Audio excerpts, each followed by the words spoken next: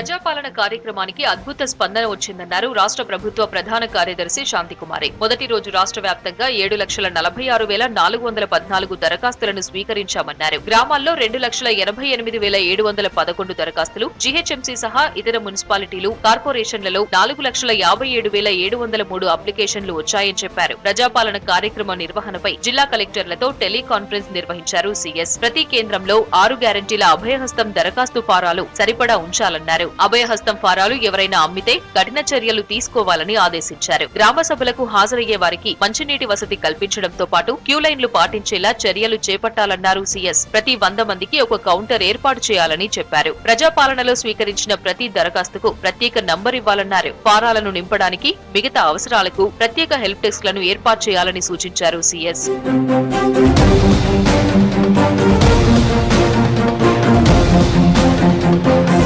మొదటి రోజు అప్లికేషన్లు పెట్టుకునేందుకు జనం పెద్ద ఎత్తున తరలివచ్చారు. రంగారెడ్డి జిల్లా షాద్నగర్ పరిధిలోని ఆధార్ సెంటర్ల ముందు బారులు తీరారు ప్రజలు. 6 గ్యారంటీల దరఖాస్తుకు ఆధార్ తప్పనిసరి కావడంతో ఆధార్ అప్డేట్ కోసం ఉదయం నుంచే క్యూ కట్టారు. ఆధార్ కేంద్రాల సంఖ్యను పెంచాలన్నారు జనం.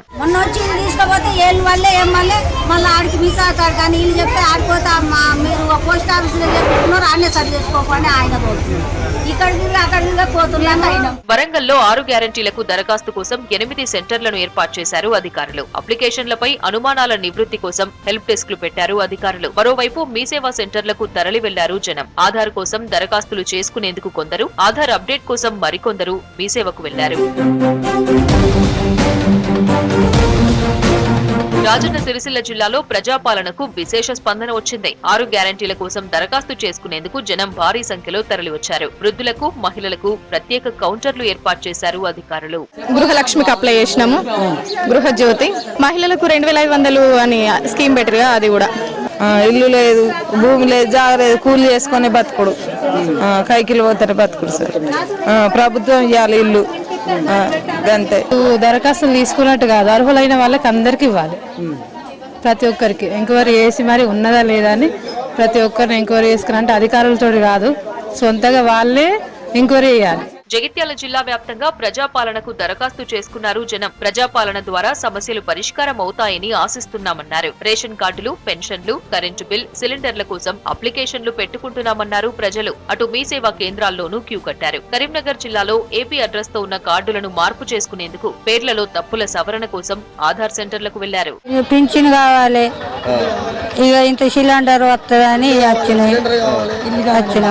ఇక ఈ అమ్మాయికి అయితే పింఛన్ లేదు, ఏమి లేదు. ఎన్ని రోజులు రాలేదు. ఉమ్మడి ఆదిలాబాద్ జిల్లాలో ప్రజాపాలన దరఖాస్తులను స్వీకరించారు ఆఫీసర్లు. ఆదిలాబాద్ జిల్లా కేంద్రంలో 49 వార్డుల్లో ప్రజలకు దరఖాస్తులు ఇచ్చారు. అప్లికేషన్ ఫామ్ గురించి ప్రజలకు వివరించారు. 6 గ్యారంటీలపై అవగాహన కల్పించారు. అయితే ఇక్కడ కొంచెం అవగాహన లోపం అనిపిస్తుంది. ఎవరికైతే ఇప్పుడు రైతు భరోసా పథకం తీసుకోవాలనో వాళ్లకు ఇక్కడ చెప్పట్లేదు. పట్టా, పాస్బుక్, సర్వే నంబర్ వివరాలు నమోదు చేయండి అని ఇక్కడ అధికారులు చెప్పట్లేదు.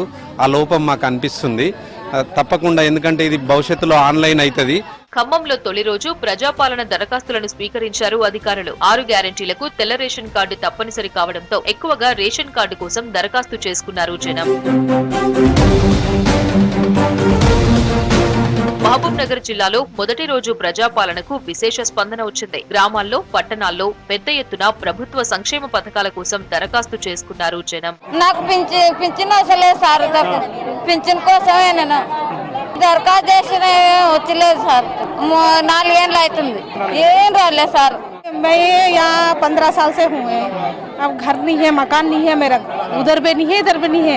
अब जीता पारी बोलोगे यहाँ पे है, अब मकान को भी लगाए, मकान नहीं आया। अब क्या बोलते हैं, यहाँ का आधार कार्ड, यहाँ का रेशन कार्ड अब होना को बोलते। अब हमारा गाँव पे है, अब यहाँ करा लेना बोले तो हमारा नहीं मालूम, नहीं करा लिए. 6 గ్యారంటీలకు దరఖాస్తు చేసుకునేందుకు ప్రజలు పెద్ద ఎత్తున తరలి వెళ్లారు. హైదరాబాద్ లో ఆధార్ అప్డేట్ కోసం కేంద్రాలకు జనం క్యూ కట్టారు. ఆధార్ కార్డుల్లో మార్పులు, చేర్పులు చేసుకుంటున్నారు. ఆధార్ కార్డు చేంజ్ చేయించుకోవడానికి వచ్చిన, ఓటర్ ఐడి కార్డు లేదంటే గ్యాస్ బిల్ అడుగుతున్నారు. కొత్తగా మ్యారేజ్ అయింది, సర్టిఫికేట్ మార్పించుకుందామని వచ్చిన. రేపు పొద్దున 9 o'clock వస్తే టోకెన్ ఇస్తామని అంటున్నారు. అల్వాల్లో ఉండే ఇక్కడ బంజారా హిల్స్ కి మార్పించుకుందామని వచ్చిన. పథకాల గురించి కూడా అప్లై చేయాలి కదా. మేము ఆధార్ కార్డు కోసం వచ్చామండి, మా బాబు కోసం. పొద్దున్న 4ంటికి వచ్చి లైన్లో నిలబడి ఇప్పుడు ఫామ్ ఇచ్చారు, ఆ ఫామ్ సబ్మిట్ చేస్తే అప్పుడు ఆధార్ కార్డు వస్తుందని చెప్పారండి. ఆధార్ కార్డు ఏంటంటే రేషన్ కార్డుకి అడుగుతున్నారు, లేకుంటే ఆరోగ్యశ్రీ కార్డు కోసం అన్నిటికీ ఆధార్ కార్డు కావాలి. ఆధార్ కార్డు కావాలంటే గ్యారంటీ కోసం, రేషన్ కార్డు కోసం, పిల్లల భవిష్యత్తు కోసం దాని గురించి కూడా చేస్తున్నాం. పింఛన్లు తీసుకుంటున్న వృద్ధులు, వితంతువులు, దివ్యాంగులు మళ్లీ అప్లికేషన్ చేసుకోవాల్సిన అవసరం లేదన్నారు అధికారులు. పింఛన్లు కాకుండా మిగతా గ్యారెంటీలకు అర్హులైతే దరఖాస్తు పెట్టుకోవాలని సూచించారు. అప్లికేషన్లు ఇవ్వకపోయినా జనవరి 6 తర్వాత తహసీల్దార్ ఆఫీసులు, ఎంపీడీఓ కార్యాలయాల్లోనూ ఇవ్వొచ్చని అధికారులు తెలిపారు.